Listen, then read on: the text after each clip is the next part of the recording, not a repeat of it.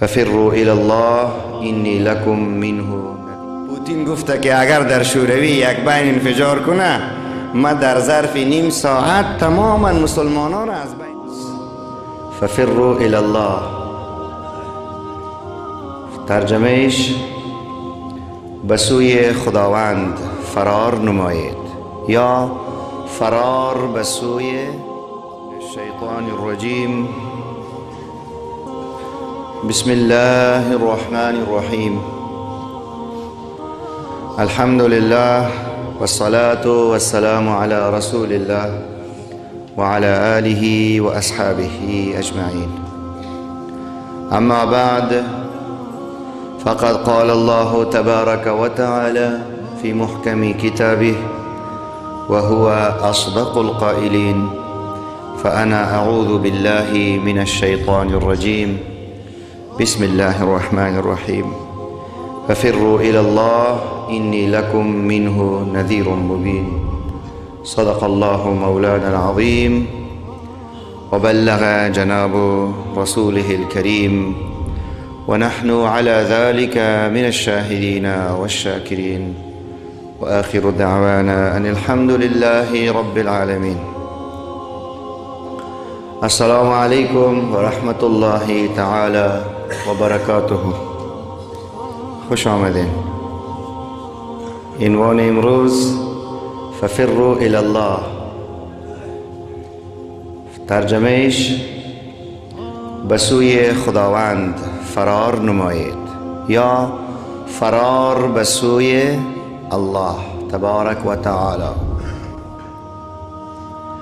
خداوند به من و برای شما حاضرین و برای برادران و خواهران غایبین ما که از طریق وسایل سخنرانی های ما را همیشه استماع می کنند توفیق می خواهیم تا برایتان و برای ما فرار نصیب شود به سوی الله. هرگاه ما به سوی الله تبارک و تعالی، منظور سوی الله سوی دین الله، سوی سنت رسول الله صلی الله علیه و سلم فرار کردیم و این فرار بزرگ و حقیقی و اصلی که به سوی خداوند هست نصیب ما شد، اونجا هست که برای ما قرار نصیب میشه. یکی فرار است، یکی قرار است. حالا ببینید که یکی دو سه جمعه میشه که در بعضی حتی از مساجد ما و شما مشکل پیدا شد. شما شاید شنیده باشین ها، بعضی حادثه ها شد در بعضی مساجد جامع بزرگ مثل هرات، پلخمری و در بعضی جایها، و این سبب باعث میشه که مردم را از مسجد و از علما و از مدرسه دور بسازن به این بهانه ها. حتی شما لحظاتی که آمدین شاید حس کرده باشید، بله لحظاتی که شما در مسجد آمدین و شما در 3-4 جمعه های قبل هم در مساجد جمعه خانی رفته بودین، آیا به همین ترتیب بود؟ نه. این کارهایی را دشمنان اسلام و دشمنان قرآن طرحریزی میکنه که مردم از مسجد و مدرسه و علما و دین فرار بکنه، عوضی که بیاید طرف الله. فرار از فرار به فرق داره. انشاءالله گپ میفهمیم. فرار از الله، فرار به سوی الله، این بسیار تفاوت داره گپ. فرار از مسجد، فرار به سوی مسجد بسیار فرق داره. سلش که بی و عن شوه فرق میکنه. فرار از علما، فرار به طرف علما فرق میکنه. یکی رفتن است، دیگرش چی است؟ آمدن است.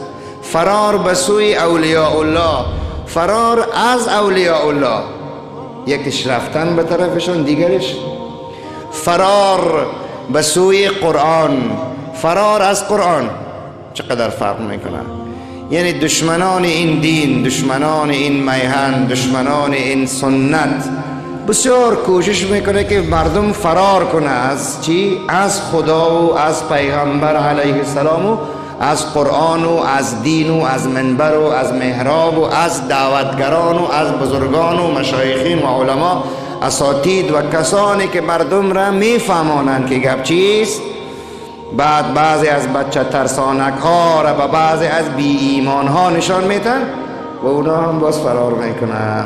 اما کسایی که ایمان متین و ایمان قوی می داشته باشه، اونا میفهمن که یک روز آمدن، یک روز دیگه می روان و وقتش هم تعیین است. گرچند کمی بیدار می باشه، بیدار می باشه، هوشیار می باشه، خود به دسته به هلاکت نمی اندازه و این کار درست هم نیست که آدم خود به هلاکت بیاندازه. و قرآن میگه که ولا تلقوا بایدیکم الی التهلکه، ولی ترمنی که به هر بهانه مردم را فرار بتن از مدارس و مکاتب و مساجد و روشنگران. میتونن جواب بده؟ میتونن؟ نه. اشخاص همچون تو را نمیتونه، اشخاص همچون شما را نمیتونه. بگوین الله اکبر. لکها تن مسلمان ها از اول اسلام تا امروزه در امی را رفتن دیگه. نه آیا پس رفت دیگه مسلمان ها؟ معلول شد و معیوب شد و شهید شد و یا به اجل خود رفت. خب بالاخره رفت. انا لله بگوین. چی معنی همی آید؟ یعنی ما میریم دیگه، ما میریم هر وقت، یک هفته بعد، یک ماه بعد، یک سال بعد، 100 سال بعد، 150 سال بعد انشاءالله. او پیش خداست، ما نمیفهمیم. امروز عنوان گذاشتیم که یک کمی برای کسایی که غیرتش کم میشه غیرتش زیاد شوه. بگوید الله اکبر. ارزومند هستم که در رادیوها این خصوصا همین عنوانی که گپ میزنم نشر شوه، تلویزیون ها نشر شوه، به صفحات اینترنت خودم میمانم، به کلکای خود، به کلکای گناهگار خود میمانم. خداوند جلیل جان و بعضی دوستای دیگر هم خیر بده که با ما همکاری میکنن در ترتیب و تنظیم سخنرانی ها و در نشر سخنرانی ها. مثلا سخنرانی جمعه را گذاشته بودم خودم در صفحه خود، تقریبا 4000 نفر دیده بود الحمدلله، غیر از که شما درجه شنیدین. و ای که بعد از این چقدر نشر میشه و به اصطلاح فیسبوکی ها شیر میشه، او گپی علاوه است. و چقدر که در رسانه ها باز میبرن نشر میکنن، خداوند به اونا برکت بده. اون که تعدادش بلک ها از همین که ما خودم گذاشتیم 4000 غیر از شما. خداوند دیگر هم به ما توفیق بده، به همه برادران و خواهران ما توفیق عنایت بفرمایه که وسیله نشر و پخش حقایق شویم. همین روز هم که عنوان گذاشتم یک جوان نوشته کرد که حیات الدین خرافاتی. شما باز ببینید ما او را پاک هم نکردیم، پاک نمیکنم با اون کتابش خوش باشه ها.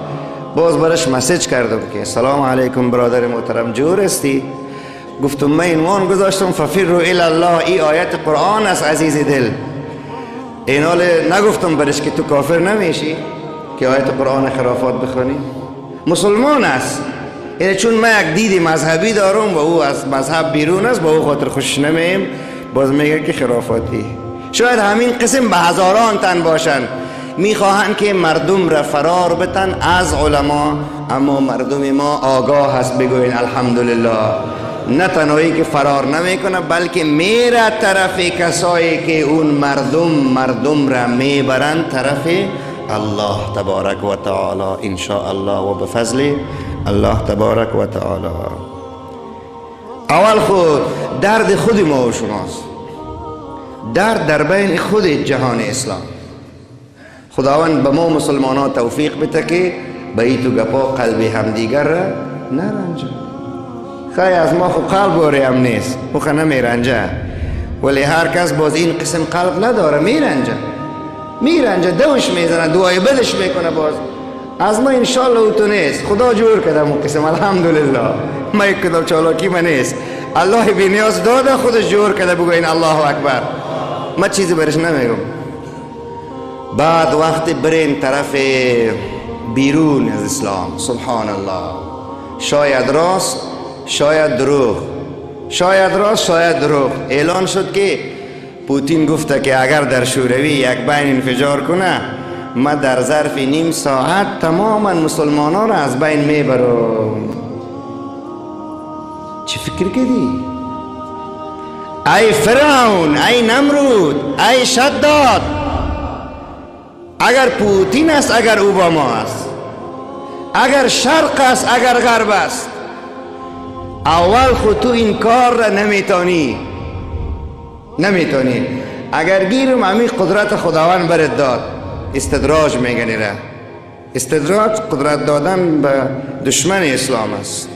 مثل که فرعون بحر رود نیل میگو بالا برو، بالا میرفت. مثل که فرعون خیلی را از بین برد. اگر این کار را کرد و همه مسئوله که با فامیل گفتم ولی ایرم خوب کیف داره که همه مسلمان ها یک دم شهید شویم و یک جای برن بیغم شویم یک دم. او تو که نمیتانه، او تو نمیتانه. گیرم که بتانه چی مشکل؟ ایمان که باشه، اسلام که باشه، قرآن که باشه، رضای الله جل جلاله که باشه و رضای روحانیت مقدس محمد مصطفی بلند بگوین صلی الله علیه وسلم که باشه، چی مشکل؟ که این خسک های روی دریا، این مگس ها و حشرات روی آسمان بیاینو امت محمد مصطفی را بترسانند صلی الله علیه و آله و صحبه و سلم. فلهذا ما از همه مسلمان ها من حیث یک دعوتگر دینی، من حیث یک طالب علم دین خواهش میکنم که لطفاً آله دست بیگانگان نشوند، از خدا بترسند. انسجام، اتفاق و اتحاد ما را باید ما کسی که میگیم بلند بگوین لا اله، بلند بگوین لا اله سبحان الله الا الله محمد رسول الله.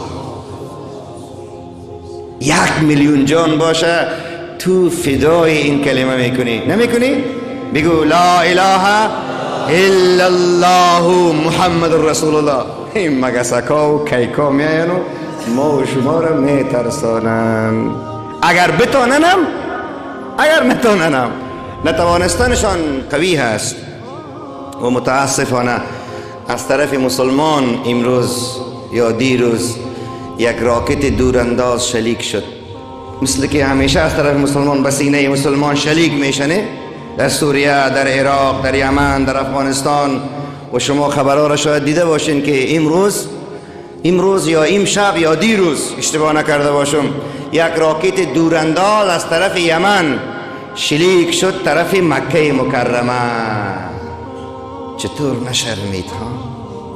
چطور حیا نکردی؟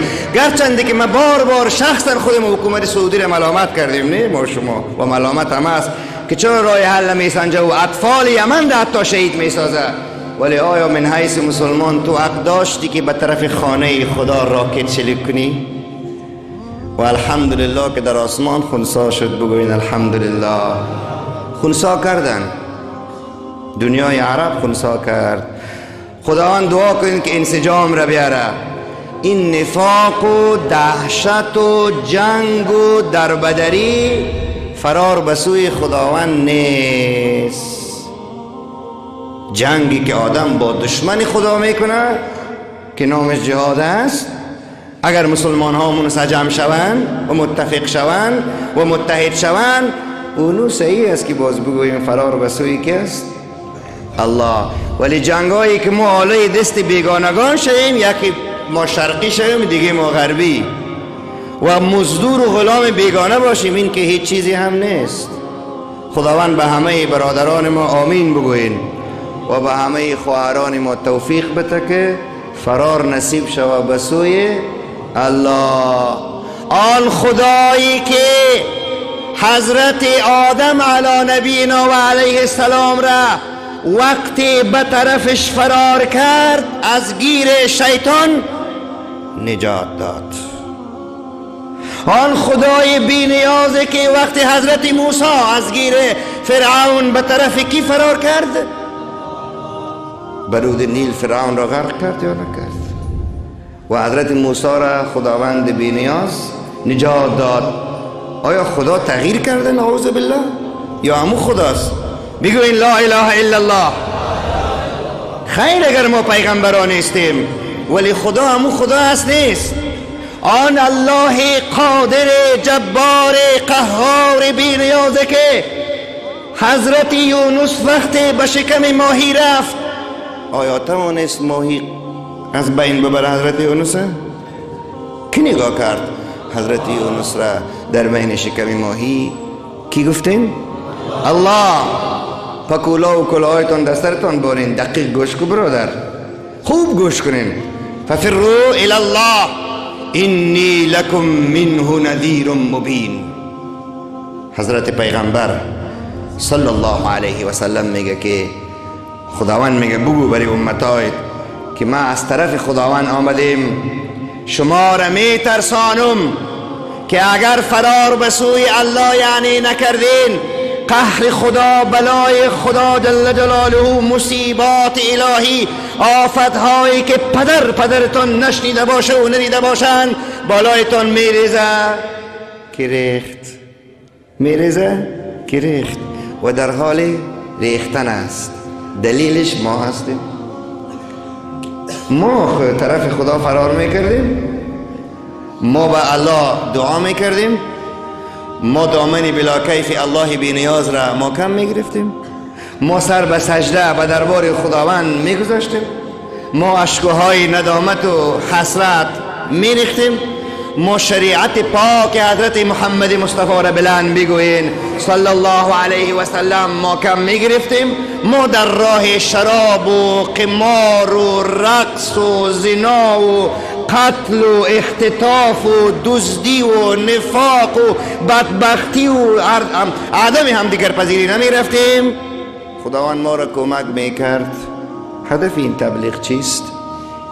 دیوانه غلط کرد از سر میگیره. شما رو میگم برادر، شما رو اول میگم، خود ما میگم، بعد دیگرها را میگیم از طریق این تلویزیون و تلویزیون و رادیو و میدیا اگر صدای ما را بشنوند و اگر گوشهایشان کر نشده باشه. شما که انشالله گوش کر ندارین که آمدین و میشنوین. مولانا رحمت الله علیه میفرمایند که گوش کر بفروش، گوش خر بخر. گوش خر بهتر بود از گوش کر. گوش که سخن دین نشنوه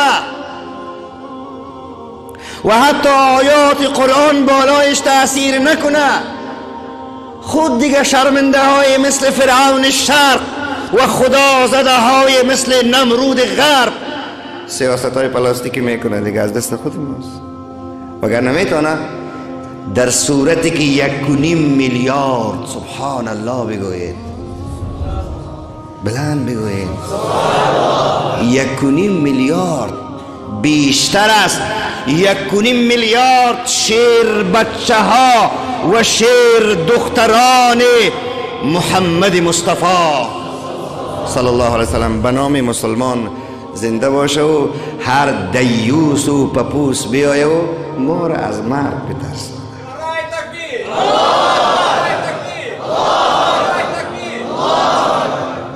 ورخطا نشیم، ناامید نباشه. این روز می آید که مسلمان ها منسجم میشه انشاءالله. این روز می آید. ترس ما از چی است؟ با شما شریک می سازم. او روز خود می آید ما باشم. شما آرزو دارین؟ ما زنده باشم که او شکر رو ببینم. داری آرزو بگو آمین. او روز می آید. او روز خداوند میاره، خود توسط ما میاره، توسط تو میاره. بگو الله اکبر. خود خداوند که نعوذ بالله بلاکای پایان نمیشه که یک کار به دسته بکنه.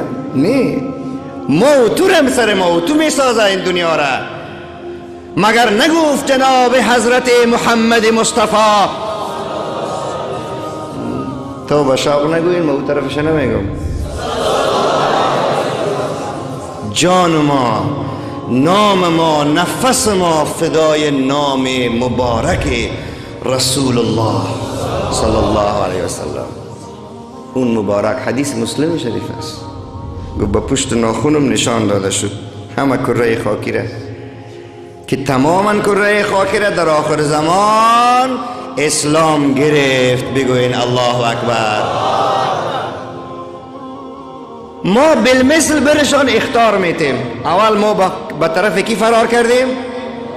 او بلا تشبیه کسی که ضعیف باشه، نه؟ مظلوم باشه، ناکس باشه، بیکس باشه، بیچاره باشه، هر دم شهید باشه، بی سلاح باشه، مریض باشه، ضعیف باشه. بعد بره و به پشت سر یک کسی استاد شوه، یک کس که مخلوق است هنوز، که او کس قدرت یک شهر را داره. یگان تا است قدرت یک شهر را داره، خداوند برش داده. یگان تا است میخواه به سمت شمال بادشاه باشه، اما که قدرتش است، از او بالا قدرتش نیست. کسایی هم هست که میخواه در افغانستان فرعون باشه و هر کس جواب داده میره. او قدرتش هم قدر یک 80% میچله که ایتکارا را میکنه. و کسایی هم هست که قدرت یک قاره را داره، مثل رئیس جمهوری آمریکا. کسایی هم هست قدرت دو تا قاره را داره، مثل طرف شرق. ولی آیا اینا را میتوانیم بگوییم قدرتمند؟ بله؟ پشه کارش کفایت ساختی. او نمرودی که در آسمان تیر انداختی، پشه کارش کفایت ساختی. چی پروردگاری که باز تیر از اونم خون آلود کرد پس روان میکنه. خدا را کش کن میگفت. نعوذ بالله بگوین، نعوذ بالله. حالی اینا چی فکر کردن خودشان را؟ با اتم هایشان، با کلاهک های هستویشان، میفهم که چند کیلومتر راه میره، یک شهر از بین میبره. با این گرگامدها و شغالمدها نمیتوانند کسانی را که در رگ رگ خونشان نوشته است لا اله الا الله. اون اللهی که 100,000 عالم را خلق کرده. اونم به معلومات موتو شاید بیشتر از 100,000 عالم باشه. یک عالمش 7 آسمان و 7 زمین است. بگوین الله اکبر. چند عالم خلق کرده؟ سابقا خو 18,000 عالم بود، نه بازی که پیش رفت. امام فخر رازی تفسیر کبیر میگه که 100,000 عالم، 40,000 میگه ببخشید. ولی مولانا عمر سربازی صاحب میگه که نه، دریافته دیگه، حالی از آیت و حدیث و تاریخ همه گپا دریافته که نه، در دنیا یک عالم خداوند خلق کرده. این 7 آسمان با همه قاره ها، با همین شرق و غرب، با همینایی که سیاستای پلاستیکی میکنن، یک تا عالمش است.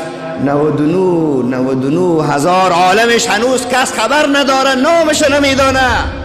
این همه به ید قدرتی کیست؟ کور نمیشیم که به طرف خدا ندویم. نمیدارم چگونه بفهمانیم غلامای حلقه به گوش را. نمیدانیم چگونه بدانانیم اونهایی که خود مسلمان میگن و قدرت های اسلامی هم هستن و غلام حلقه به گوش همین شرقی ها و غربی ها هستن. کلمه هم میخونن، مسلمان هم هستن، نماز هم میخونن، با ما تو کم خدمت هم میکنن. مسجد، مدرسه، حرمین شریفین چه خدمت کرده یا دیگه کشورها. ولی اینا باقیات هم هست دارن، اینا همگیشان با غرب یا با شرق.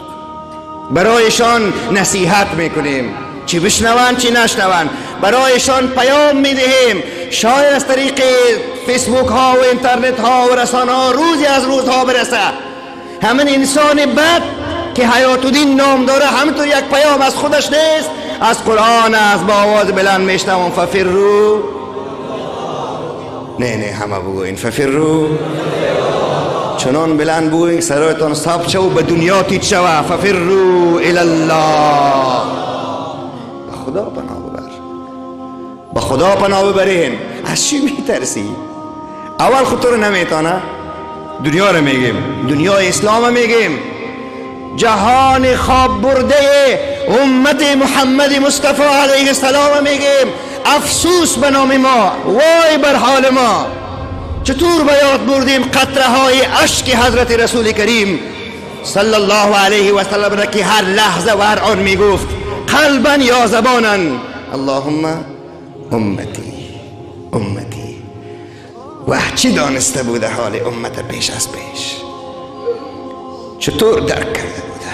قربانت شوم رسول الله، چطور درک کرده بوده ها.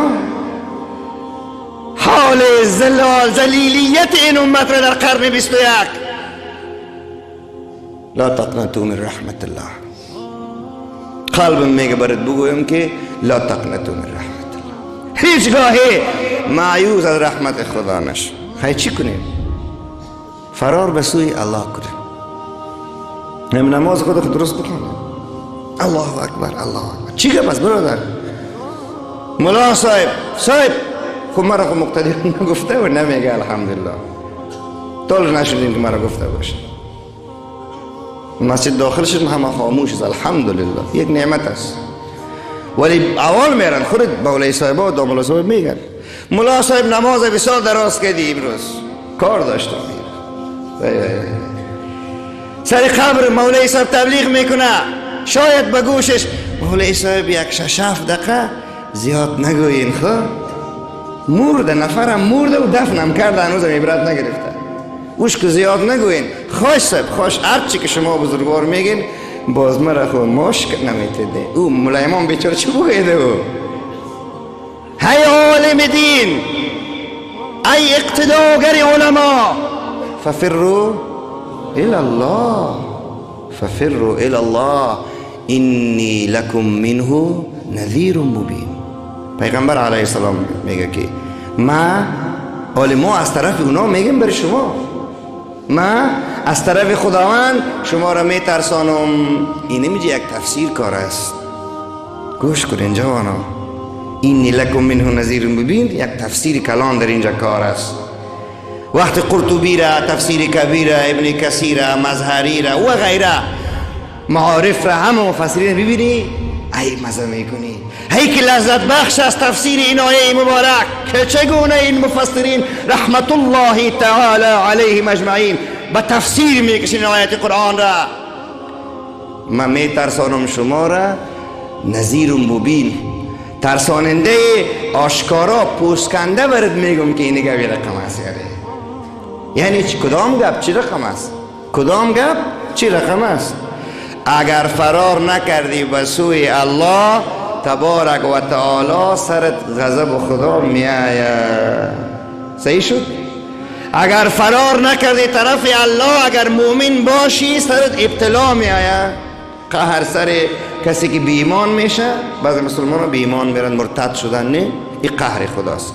ولی سر مسلمان ها شهادت زخمیگری مندیگری ویرانی فقر بیچارگی دربدری جنگ نفاق ناامنی و انواع امراضی که بابا و بیبی و بابا و مادر ما نشنیده بود. چرا اینا آمدید بلاها بالای ما؟ بگوین که ما طرف خداوند فرار نکردیم. ما طرف خداوند فرار نکردیم. پیغمبر علیه السلام خداوند میگه بگو اینی لکم منه نذیر مبین. ماش میترسانم شما را از طرف خداوند آمدیم که اگر یعنی طرف خداوند نرفتین فرار نکردین دینداری نکردین عبادت نکردین تقوا نکردین سنت رسول علیه السلام عمل نکردین بالایتان من میترسانم شما را که بلا میآید یا در دنیا یا در آخرت یا در هر دویش. خداوند هر دویش چپ و دف بگردانه. عذاب قبر برای کی است؟ کسی که فاسق است نه برای مسلمان است تنها برای کافر نه. عذاب قبر برای کسی است که فرار نکرده طرف الله. ولی سر فرار میریم ما و شما. میدان محشر کی در بدر میشه میسوزه به آتش؟ کسی که به سوی الله جل جلاله فرار نکرده نه. کی به دوزخ به طلاق میسوزه با آواز بلند میشنو؟ کسی که طرف دین خداوند فرار نکرده. لایق زورش. ببینین دین چقدر زیباست. لا یکلف الله نفسا الا وسعها. قیام در نماز چی هست؟ بله؟ ماشاءالله همه میفهمین. بلند بگوید قیام در نماز چیست؟ اگر مریض میشی آیا فرض است؟ چی دین زیبایی. تو وضو در نماز چی است؟ شرط نماز. وضو در نماز چی است؟ شرط نماز. بنازم دین آسان تا یا الله بگوین الله اکبر. تو را دکتر میگه که آب برات ضرر میکنه چی میکنی؟ عبادت لایق زور است. عبادت به قدر تکلیف است. حتی در بعض موارد گوشت خر چی است؟ گولی ریتا گوشت سگ چی است در رویتان؟ شما در یک جای میرین تشنگی را میخواهین بمیرین، از گرسنگی میخواهین بمیرین. آیا از علما از همه مذاهب بل اتفاق شنیدین که یک لقمه خوردن جواز داره که زنده بانی؟ بگوین الله اکبر. با این همه آسانی ها یک ثواب چند ثواب اقلا نوشته میشه؟ شما هم علما هستین ماشاءالله. یک ثواب بله، چند ثواب اقلا؟ آخرش خو نهایت انما یوفی الصابرون اجرهم بغیر حساب. آخرش حساب نداره. یک گناه او هم اگر تو توبه نکنی، یک گناه نوشته میشه، آن هم اگر ما توبه نکنیم. اگر توبه کردیم التائب من الذنب کمن لا ذنب له و قربانت شو. ای کاش میدیدم رسول الله را صلی الله علیه وسلم بر همچی یک منبر اعلان کرد. حدیث ترمذی شریف است، التائب من الذنب کمن لا ذنب له. چرا فرار نکنیم خیر بسم الله؟ چرا دختر ما را نفهمانیم چه قسم لباس بپوشه؟ چرا پدر ما را نفهمانیم که سفسطه بخوانه؟ از کجا برات قسم میکنه 4 5 6 ساعت؟ چرا بگوییم پدر جان؟ چرا این عوض این قصه بی معنا که او از 40 سال پیش قسم میکنه که بچیم بیا که 1 ساعت تیر کنم 6 ساعت؟ چرا برش نمیگی که پدر جان بگو استغفر الله استغفر الله؟ این استغفر الله گفتن نامش فرار به سوی کی است؟ فرار از چی است؟ از گناه است. فرار از چی است؟ از شیطان است. فرار از چی است؟ از عصیان است. فرار از چی است؟ از دوزخ است. فرار از چی است؟ از بلا است، از مصیبت است، از غضب خداست. یکی از فلاسفه جناب حضرت موسی کریم علی نبینا و علیه السلام را دید و دوید تا به موسی رسید. و ای موسی این طور یک سوال کنم که بنبانی. میگن تو پیغمبر هستی؟ گفت بله. ها گفت سوال کنم که بنبانی. منطقی سوال میکنه، اغلبا افلاطون بود میگن در عصر حضرت موسی علیه السلام. گفت ای موسی علیه السلام اگر خداوند به دست قدرتش تیری غضب بگیره و به قلب تو موسی شریک کنه، نعوذ بالله علیه الصلاة و التسلیم، چی جواب میدی؟ تیر غضبش به قلب تو شلیک کنه کجا فرار میکنی؟ جوابش شما میفهمید. آفرین، به رحمت الله گفت فرار میکنه. این مبهوت شد و خجالت شد و آبرویش رفت. گفت بله این از جوابش. از قهر خدا کجا میگریزی؟ به رحمت الله. از دوزخ از کی است؟ از خداوند است. کجا میگریزی؟ به جنت الله. فساد امروزی چی است نامش؟ دوزخ است. کجا میگریزی؟ مسجد پناهگاه خدا هست، مدرسه پناهگاه خدا هست، خانقاه پناهگاه خدا هست، کنج خانه پناهگاه خدا هست. مستری هستی در بین موترت کسیت قرآن میمانی، مدرسه ساختی پناهگاه الله هست. در دوکان خود تسبیح به دست میگیره یا نمیگیره؟ سبحان الله الحمدلله. برادر قلم چند است؟ 10 افغانی. سبحان الله الحمدلله. 12 روپه نمیشه؟ نه برادرم سبحان الله. وای قربانی مسلمان شیب. ای قسم فرار در درون دوکانش جنت ساخته. بگوین الله اکبر. قلبه میکنه لا اله الا الله لا اله الا الله. قلبه میکنه. شما بعض کشورهای عربی نرفتیم، موتر لینی است نه؟ ما خود موتر لینی چی میمانیم؟ موسیقی دیگه. موترهای سرویس دراز اگر باشه که ولی ما غریبا نداریم از اون. اینا قرآن شریف به دستش اکثرا کشورهای واقعا مسلمانای واقعی را ببینید قرآن به دستشان است. بدلینی موتر جای برای نشستن نیست، ایستاده کشورهای غریب. ولی قرآن باز میکنه. یک افغان پرسان میکنه چی میکنی؟ میگه از اینجا تا اونجا را خیلی بیروبار است، زحمه است، 1 ساعت 2 ساعت است، تا اونجا را 1 نیم پاره حفظ کردم. بگوین الله اکبر. در بین موتر مدرسه ساخته و مسجد دارالرفاه ساخته. یک دستکش به سیمی که محکم میگیره نه لینی هست نه بس مترکای سرویس دراز و یک دستش قرآن یاد میکنه. ففروا الی الله، فرار به سوی الله تبارک و تعالی. در چوکی دانشگاه خواهر هست نه؟ بله حالا ما زورمون نمیرسه خواهر جدا کنیم، برادر جدا بگفتیم ما تو هم کس نمیکنه تحصیل نکنیم، بکنیم بگوین الله اکبر، ولی فرار کنیم به سوی الله.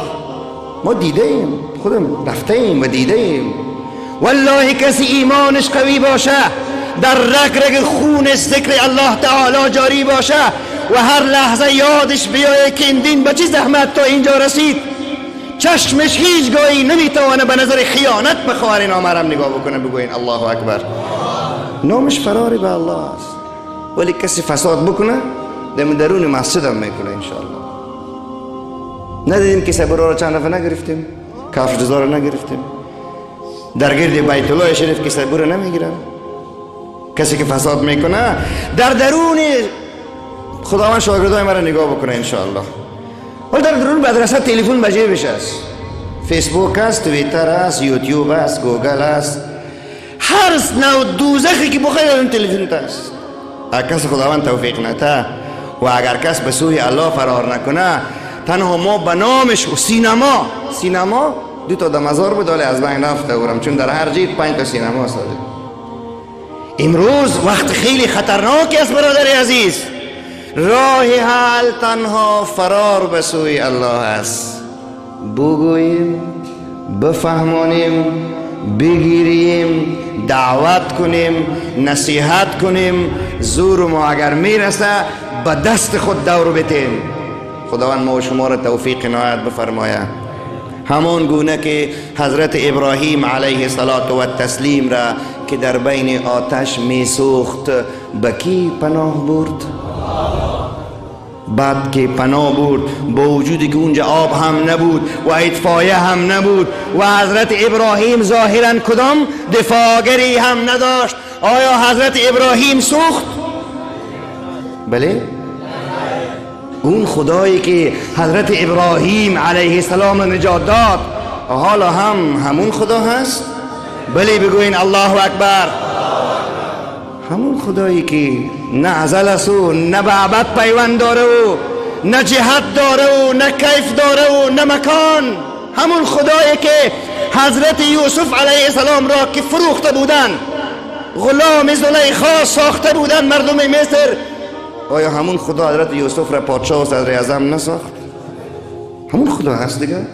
چی کرد حضرت یوسف علیه نبینا علیه السلام؟ فرار کرد به سوی الله. چه گفت حافظین قرآن؟ وقتی که حضرت یوسف به بندیخانه میخواست بره و زلیخا از او تقاضای منفی کرد، آیت قرآن سوره یوسف چه گفت حضرت یوسف علیه السلام؟ گفت آن چیزی که من اینا از من میخواهن، من فارسیش هم میگم آیت اشتباه نخوانم، او چیزی که زنای مصر از من میخواهد به ما بندیخانه محبوب تر است. گفت بگوین الله اکبر. بندیخانه یعنی برای حضرت یوسف فرار بود از معصیت. به طرف کجا فرار بود؟ به سوی الله تبارک و تعالی. فرار آمدن به مسجد، نشستن به صلحا، رجوع کردن به دعا و نیایش و توبه، کردن سخاوت، نگاه کردن چشم و زبان و گوش و قلب و دست و پای، نرفتن به کوچه اهل فساد، نامش چی است؟ فرار. حتی اگر تو میفهمی که در فلان جایی که حتی دانشگاه و علم فرض هم هست، میفهمی که بسیار نفست خطرناک است و شیطانت قوی است، باز نرو اگر ایمانت ضعیف است. از این که به علم بانی خیر خوب به ایمان نشوی، خدای نخواسته.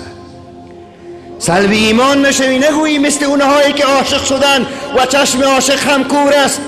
گفتن تو خدای ما هستی، همه چیز ما هستی. نگفتن؟ نکشتن بعضی دخترها برای خاطر بعضی بچه ها خودشان را؟ بله؟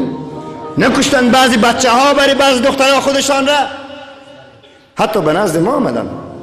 حیات الدین برادرتان الحمدلله با قدرت خداوند توانسته که وسیله شوه تا حال را ده ها تن از خودسوزی وسیله نجات شدم الحمدلله رب العالمین. پترول میندازم بالام. چرا؟ هی مولای صاحب درد عشق دیگه درد است. گفتم من هم عاشق هستم. عشق واقعا العشق نار یحرق ما سوی الله. عشق آتشی است که غیر خدا را می سوزاند. عشق با کی باید کرد؟ حضرت مولانا می فرمایند عشقهای کسبهی رنگی بود. عاشق ابروی شده دیوانه، رنگ هستی. عاشق چشمه و پلکش شده، عاشق ناز و ادای شده ای دیوانه بی عقل بی منطق. خفه نشو از ما. تو به آسمان ها و مهتاب و آفتاب نگاه نکردی؟ تو یک بار چهره رسول الله علیه السلام در سیرت نخواندی؟ تو یک بار چند هفته درود خوانده روحانیت رسول کریم علیه السلام در خوابت ندیدی که بفهمی عشق چیست، که بدانی محبت چیست؟ تو نشنیدی از علما که خداوند در قرآن چی میگه؟ والذین آمنوا اشد حبا لله. والذین آمنوا اشد حبا. این اشد چی از غیر از عشق؟ اشد شدید محبت است. یک روز بزرگایی که عشق قرات میکنن که در قرآن نیست، اونو امیر محبت معنا میکنن. خیر 2:15 یکسی مشکل نداره. امیر ما که عشق میگم محبت معنا میکنن. خیر از صلح میکنیم. محبت زیاد، اونا میگن محبت بسیار زیاد.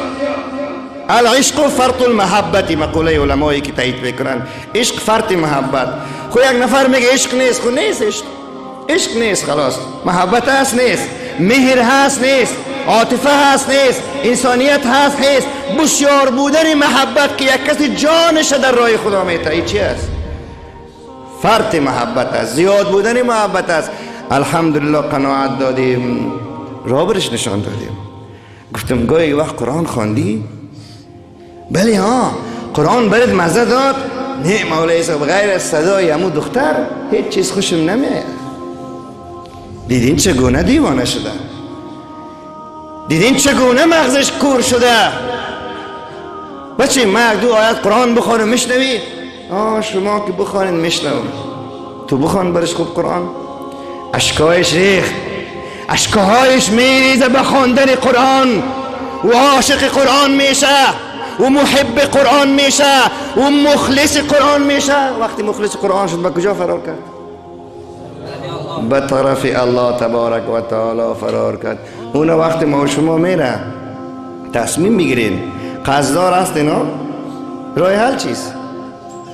بله فرار به طرف الله. این میراب نشسته که یک نفرات مولای صاحب بله یک مریضی دارم، مردم بگوین برم کمک کنه. ما گفتم برو از این مردم تیر شو، خدا رو میگم که مریضی تا جور کنه انشاءالله. نه مولای صاحب، مردم بگوین که کمک کنه. ما گفتم برادر این مسجد ما یک مسجد کثیر النفوس است. روز جمعه باز مقتدی های ما زیادتر هم میشه، مهمان ها میان، شاید اغلبا 3000 نفر یا 4000 نفر. تا بعدا همه دعا میکنیم که او الله ما 4000 نفر نمازخوان مقلد بیچاره گناهگار امت پیغمبر توستیم، در اینجا جمع شدیم. خدایا همه آدم مریضیش جور کو پروردگار. شاید خداوند دعای این 4000 نفر رد مردود نگردانه. چی میگن؟ نه دعا که میکنی نمیشه. اینی عقیده مسلمان است. یک تا مسلمان مثال گفتم براتون، نشانی. همین قسم مسلمان چند لک تا داریم ما، چند میلیون تا داریم. شاید یکیش ما باشم و یکیش هم شما. و امروز انگیزه برای من پیدا شود، امروز تصمیم بگیریم که فرار ما طرفی کی میشه بخیر. ای کاکای بزرگوار رو بخیزانیم که میریم بخیر. کاکا کجا؟ بله طرف الله. مردم طرف الله تا رو مرده نمیگن. او کم طرف الله بگه میگه نه مال نمیرم. طرف الله تنها مردن نیست، خب مردن هم طرفی کی رفتن است؟ الله. و مردن برای یک طایفه مردم بسیار شیرین است. بفهمین برای کی؟ کسی که عمل صالح داره، عملش که صالح هست، کمی مرگ نزدیک شد چی میگه؟ خوب ولی من نتیجه عمل خودم میبینم. ما حالا نتیجه عمل خودم میبینم.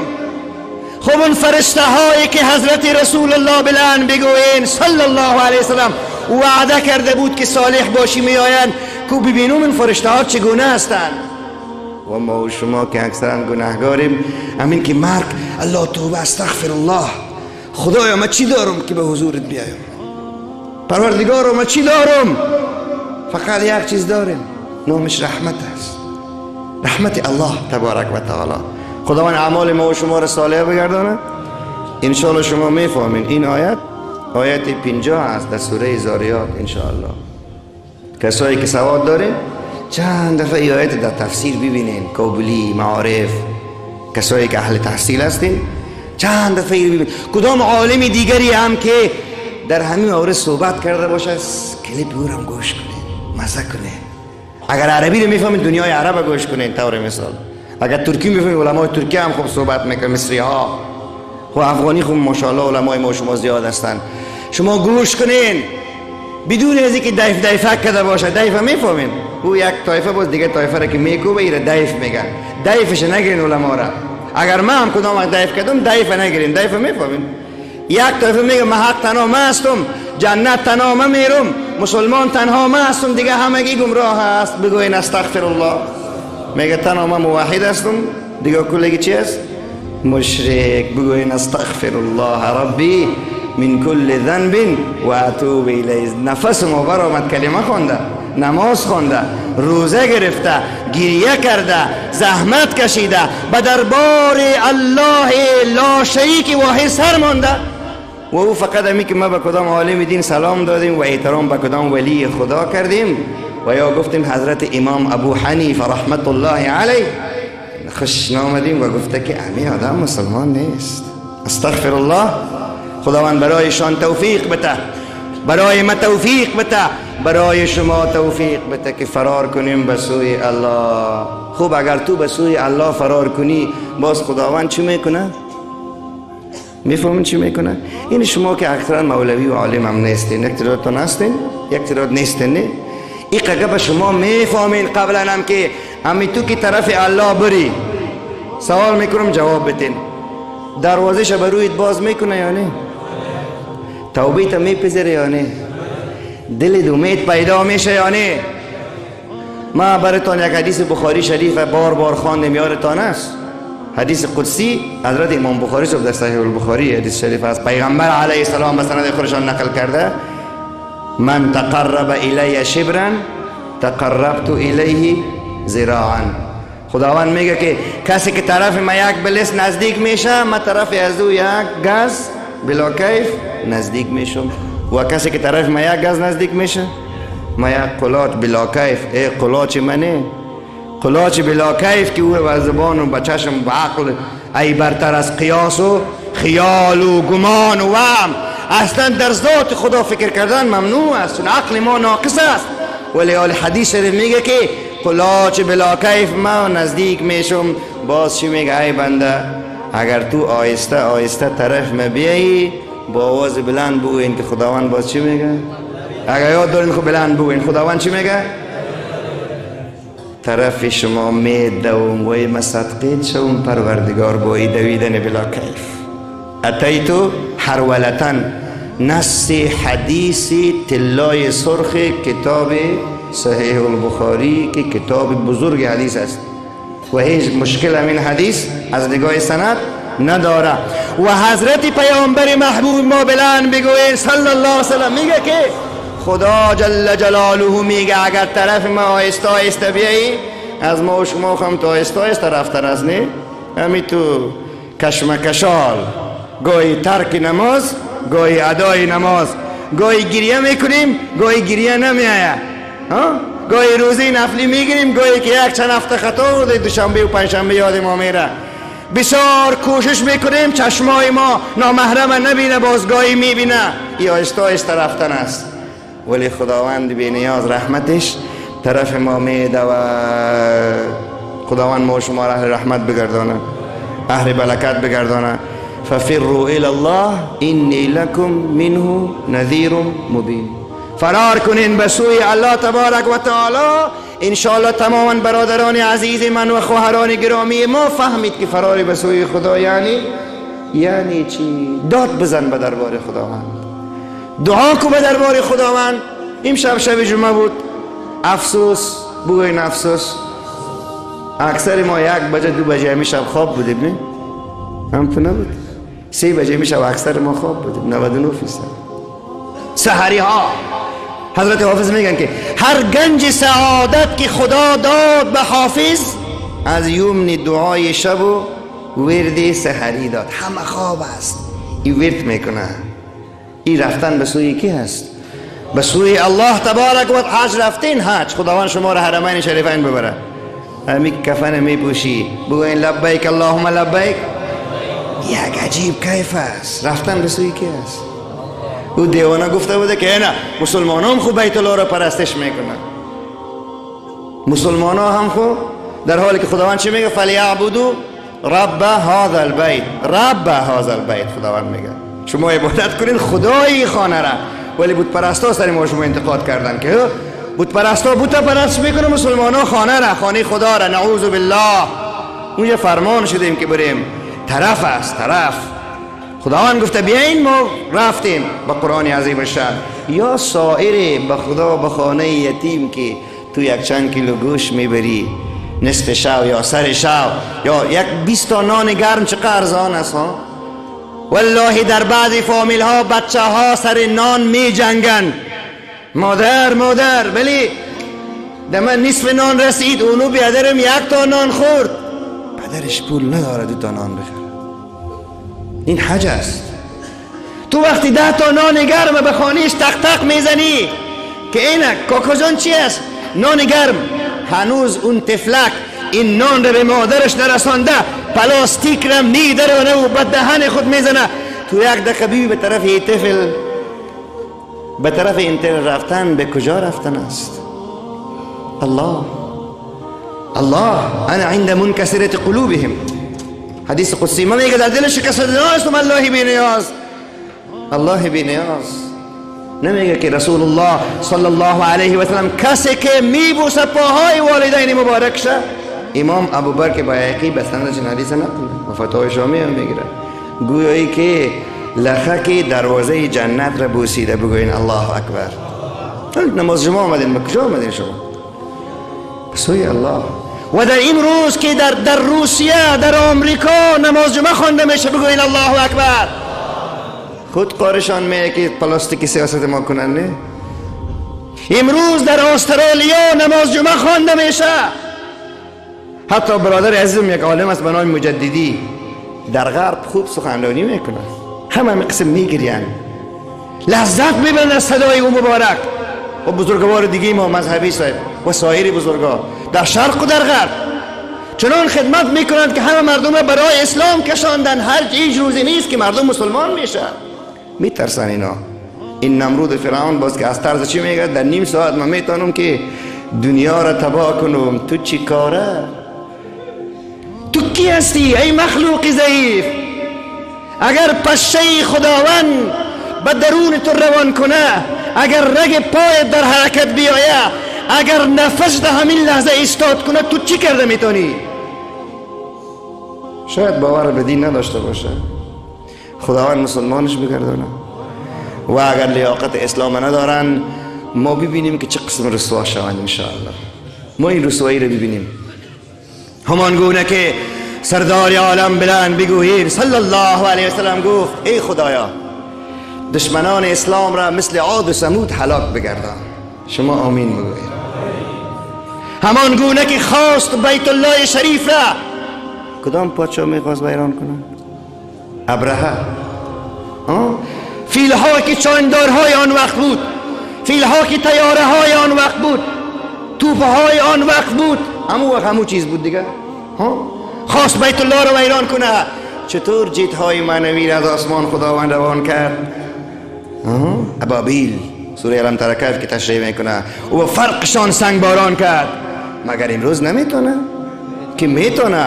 این مسلمان ها چرا که میترسن؟ خیر بچیم گوش کنری که در این مسجدا نموری بچیم. مادر جان، ما جوابی بچه هست برای مادر. مادر، پدر جان، اگر بمیرم خود در خانه میمورم. بابا جان، در روی جای بمیرم خوب است یا در مسجد؟ سبحان الله. بوبوش نصیحت میکنه بچیم و خراب است، امین نماز در خانه بخون. او به تقاریر علما هم نرو. با ایشی میگه ها نه جان راست میگی، یک جای نماز نه میندازه و یکی رام بچه نه بچه نه میفهمین ترسو که است. بچه نه یک جای نماز میندازه و که نموره بیچاره. تعداد زیادی هستن در درون خانه رفتن نرفتن. انا لله و انا الیه راجعون. آیا جان ما از جان اون طفل سوری بالا هست؟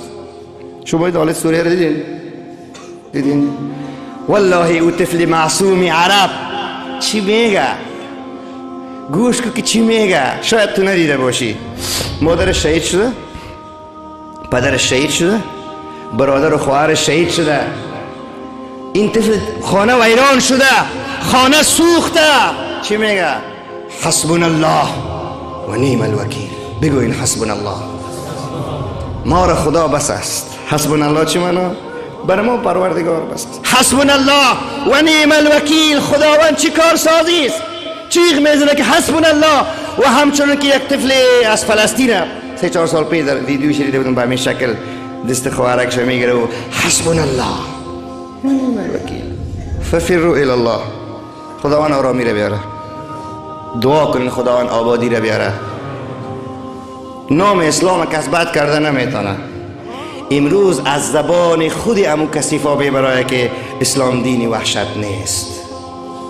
خودشان امروز اعتراف میکنن و خودشان امروز اقرار دارن که اسلام دین شرافت، انسانیت، اخلاق و محبت، بله که دین غیرت است. دفاع از خود ما، دفاع از دین ما، دفاع از کشور ما، دفاع از قرآن ما، دفاع از دین شریعت محمد مصطفی که نامش جهاد است و اینا او را غیرت میگن. خداوند به همه مسلمان ها توفیق نصیب بفرماید. وقت پورا شد برادرای محترم. عنوان ما ففروا الی الله. با یک سال ففروا الی الله پورا نمیشه. ای کاش انسان ها، ما یک چند سال عمر می داشتیم که ففروا الی الله را یک کتاب نوشته می کردیم. هر عنوان را یک کتاب دجلدی نوشته می شد. آیت قرآن را تفسیرش خلاصی نداره. اگر همه دریاهای دنیا رنگ گردد و همه درختان قلم شوند، نی شوند و تنها ففروا الی الله را تفسیر کنه، همه علمای کرام پورا کرده نمیتونه. خودتان میفهمین که ففروا الی الله 1,000,000 گپ در زیر ففروا الی الله است. یک کس تو رو دو میزنه، تو دوش نزن، بگو ففروا الی الله.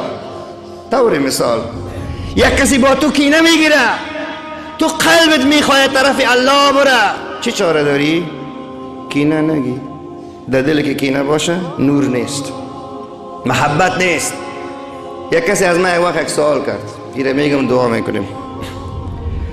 گفت ای چی تکنیک داره؟ تکنیک؟ تو چی رو میگی؟ یک کسی که آدم دشنام بته، غیبت کنه، تحقیر کنه، دمی روی و پشت سرت و تو برو چیزی نمیگی و نگویی، این چی تکنیک داره؟ تو بسیار آسان است تکنیکش. تکنیک معنوی. چی تکنیک داره؟ گفتم تو به خاطر خودت تو را چیزی نمیگی. اگر رو چیزی بگویی تو گناهگار شدی.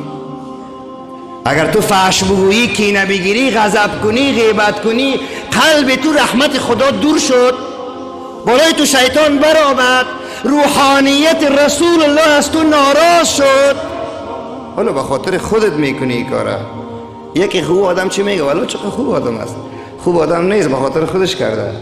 خودش میخواد جنتی بسازه، فرار کنه به سوی الله. افلاطون که از جمله انبیا و اولیا هم نبود، یک منطقی است. او را کسی با کلوخ زد، با سنگ. شاگردش گفت افلاطون تو شما را با سنگ زدن؟ گفت میفهم که زدن. گفت اصلتان خون جاری است؟ گفت میدانم. گفت یک خدا ور بخو بگو چرا زدی؟ گفت بچه این وقتم ضایع میشه، وقتم ضایع میشه، من میخوام علم تحصیل کنم. حالا بیا صاحب، ما مسلمان ها که پیروی حضرت جناب محمد مصطفی صلی الله علیه و سلم هستیم، پیروی کسی که کتله اخلاق محبت بود. باید یکم کم عمل کنیم نکنیم. نام همین اخلاق فرار به سوی کی هست؟ به سوی الله. وقتی ما به سوی الله تعالی فرار کردیم، باقی بالله میشیم. تماما به جان ما نور الله میریزه، فیض و برکت میریزه. انشالله تصمیم دارین به این وام قوی یا همون تو زبانی؟ بله انشالله دل ما انشالله جمع باشه. دعا میکنم براتان، ما براتان دعا میکنم. وظیفه سپرده کسی برای ما که برای شما دعا میکنم. میفهمین اون کس کیست؟ نه خیر. کسی گفته که ما برای شما دعا کنم و شما برای ما. ایچی پیوندی داده ما را با هم دیگر؟ اون رسول الله است صلی الله علیه وسلم. حق برادر به برادر چی یکیش چی است؟ پشت سرش دعا کنه.